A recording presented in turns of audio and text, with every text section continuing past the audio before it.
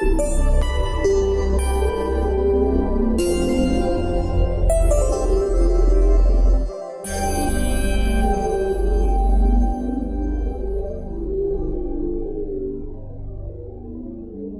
talk so much about mental health, mental illness, and as you mentioned earlier about the pathologizing and how that would be very difficult for veterans to handle in their particular culture.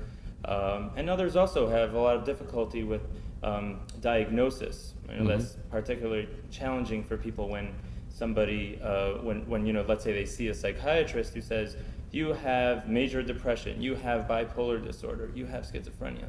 It's sometimes very difficult to accept the label or the diagnosis. So what really defines something as mental illness? Well, that's another really good question. I think the labels around mental illness in part are influenced by the persistence of stigma, that somehow if I get a label, then I'm a lesser person, which is kind of interesting because if you happen to have diabetes and you tell me you have diabetes, I don't think much of it. Right. Unless you started gobbling a lot of chocolate or something, then I would try to caution you. But other than that, you think nothing of it. We live with a number of kinds of health conditions over the course of our life. But these have received a certain kind of public image that is hard to swallow. I think that's one answer. Others are that historically there has been some difficulty in the reliability of diagnoses.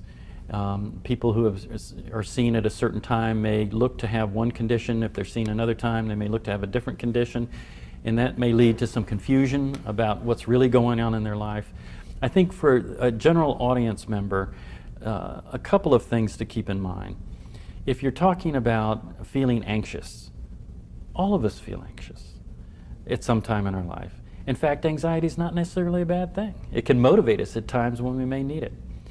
Where I would tell somebody if they had questions about anxiety, go see somebody, would be when that anxiety gets in your way. It makes you avoid situations. It makes you uneasy in certain kind of social environments. So uneasy that you're unable to accomplish what you need to accomplish in your life.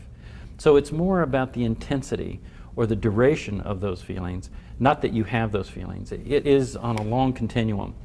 And most of us will experience those feelings in our life, but they don't interfere with our ability to conduct our life. Sadness is another thing. We will all have losses in our life and we'll experience sadness. And that's a very normal life process, and we shouldn't pathologize that either. But at the same time, if that sadness persists very intensely in your life, and it may interfere with your functioning, your social relations, your job, your attention, concentration, maybe time to go see somebody.